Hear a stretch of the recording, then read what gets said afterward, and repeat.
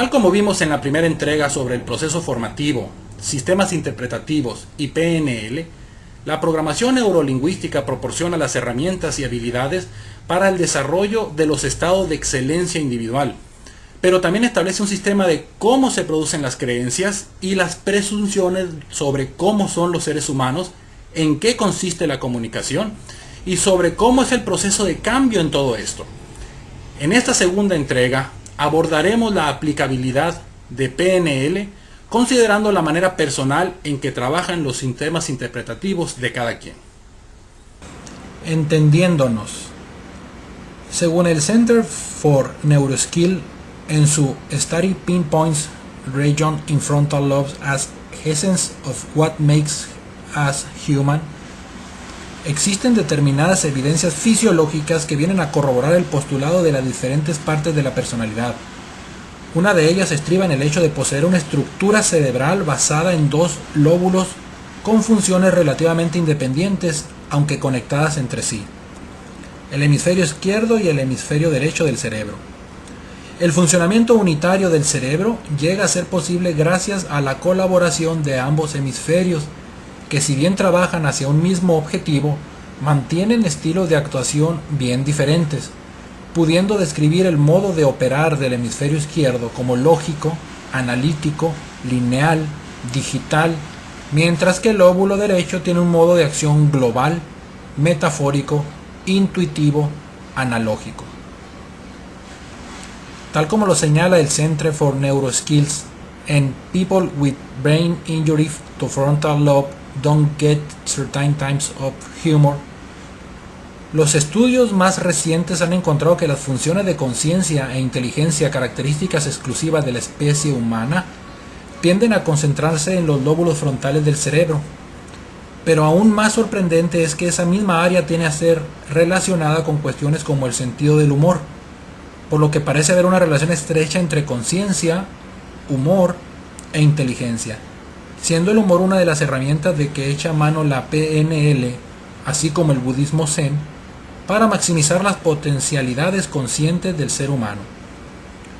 Según lo señala el NLP Information Center en su Humor for Advanced NLPers, respecto de este punto es interesante notar cómo es que los más recientes descubrimientos en el campo de la medicina han validado años de tradición al descubrir cómo es que la mente y el cuerpo parecen ser una sola entidad, siendo precisamente la felicidad la conexión entre las señales de la inteligencia incorpórea y el ADN corpóreo. A este respecto se recomienda la lectura del libro de Deepak Chopra, La curación cuántica. De lo anterior se concluye que es necesario considerar en cualquier instrucción la interacción de ambas zonas del cerebro, con la finalidad de privilegiar el desarrollo de todas las facultades, así como la comprensión de la información de una manera integrada. El cerebro se ve constantemente bombardeado por un sinfín de información proveniente del entorno, que además está constantemente cambiando.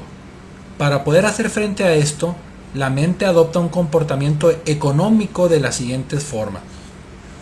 Primero, hay una apertura a las informaciones principalmente novedosas, sobre todo si aparecen inesperadamente y son llamativas. Segundo, se da una constante evaluación de las informaciones recibidas comparándolas con experiencias anteriores. Y tercero, las emociones poseen una influencia esencial sobre la conducta humana.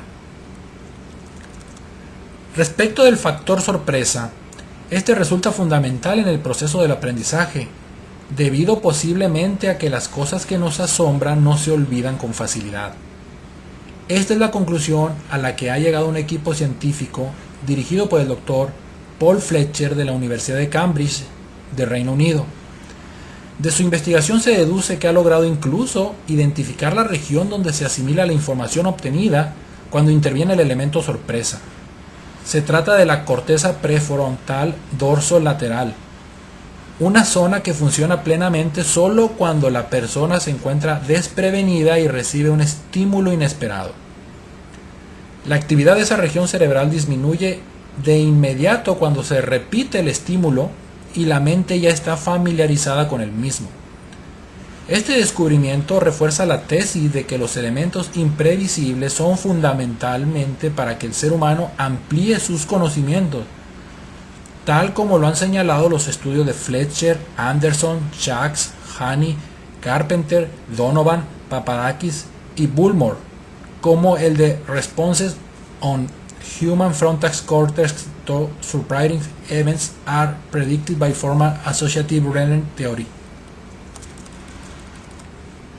Para Helmut Kruse, el primer paso que hay que dar para establecer un enlace armónico con un grupo es de naturaleza espiritual.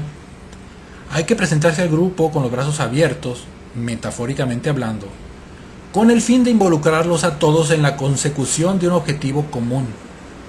Los alumnos han de sentir que el profesor no se cree superior a ellos, sino que los ve como iguales y los estima a cada uno por igual. La misión de un profesor consiste en transmitirles una serie de conocimientos teóricos y prácticos a sus estudiantes, además de ayudarles a que desarrollen su potencial con plena libertad. Aquel profesor que deje entrever esta convicción en el trato con sus alumnos logrará contactar estrechamente con ellos. Pero no hay que olvidar la congruencia. De nada sirve hablar largamente acerca de la igualdad de todos en la clase y del deseo de ayudar por parte del maestro para luego poner e imponer reglas respaldándose en su autoridad. Comunicación y formación.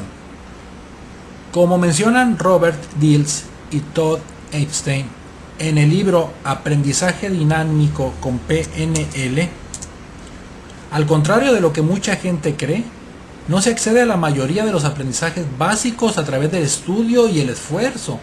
Más bien son los resultados de una forma natural de aprender a través de la experiencia.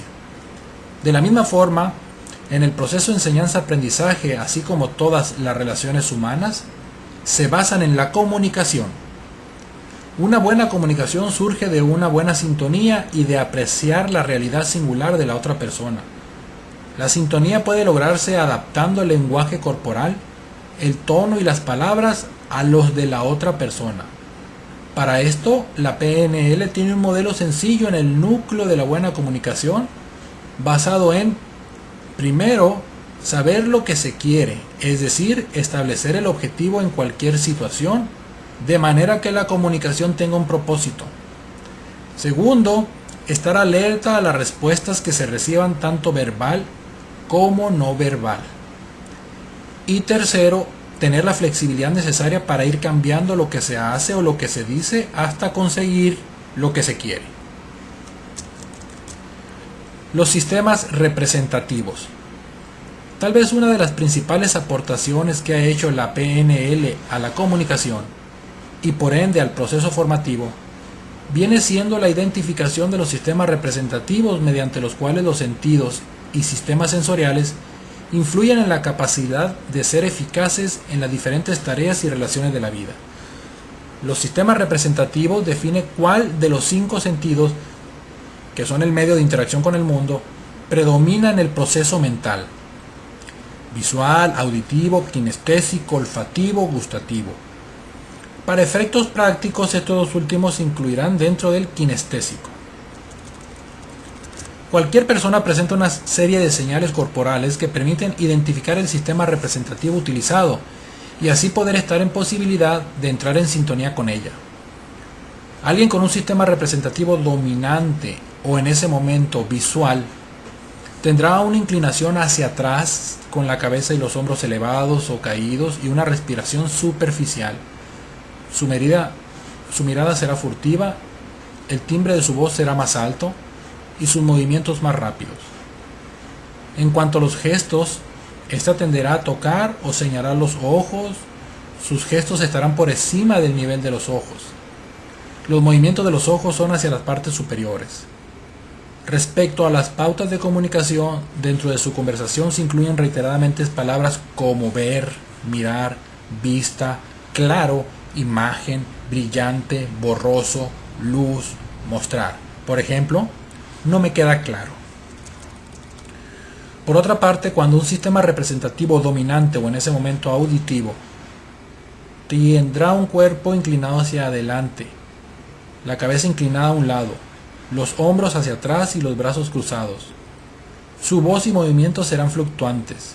En cuanto a los gestos, esta tenderá a señalar hacia o gesticular cerca de los oídos, así como tocar la boca o la mandíbula. Los movimientos de los ojos son a los lados. Respecto a las pautas de comunicación, dentro de su conversación se incluyen reiteradamente palabras como oír, escuchar, sonido, resonante, alto, palabra, ruidoso, contar. Por ejemplo, escuché bien a la primera. Por último, alguien con un sistema representativo dominante o en ese momento kinestésico tendrá los hombros y cabeza caídos, así como una respiración profunda. Su voz será profunda y sus movimientos más lentos. En cuanto a los gestos, esta tenderá a tocar la región del pecho o el estómago. Los gestos serán realizados por debajo del cuello. Los movimientos de los ojos son hacia abajo. Respecto a las pautas de comunicación, dentro de su conversación se incluyen reiteradamente palabras como agarrar, tocar, sensación, sólido, pesado, manejar, brusco, conectar, mover. Por ejemplo, otros trabajos han sido más pesados. Lo ideal dentro del proceso formativo es utilizar en mayor o menor medida las tres principales sistemas representativos. Utilizar palabras o expresiones que hagan referencia a ellos, así como incorporar elementos al proceso que permitan el uso de esos sistemas representativos, es decir, un proceso más completo. En la docencia, los procesos son más reales y los sistemas representativos se utilizan simultáneamente. Las operaciones no son abstractas, sino que responden a hechos reales, tangibles, observables, medibles, como objetos, documentación, eventos. La tendencia de una educación humanista basada en competencias es que reconozca estas características de la realidad, pertinencia, y las incorpore dentro del proceso para que se cumplan los tres elementos del mismo: competencia, humanismo, PNL. En la siguiente entrega abordaremos los errores en la comunicación, así como el proceso formativo a la luz de la PNL.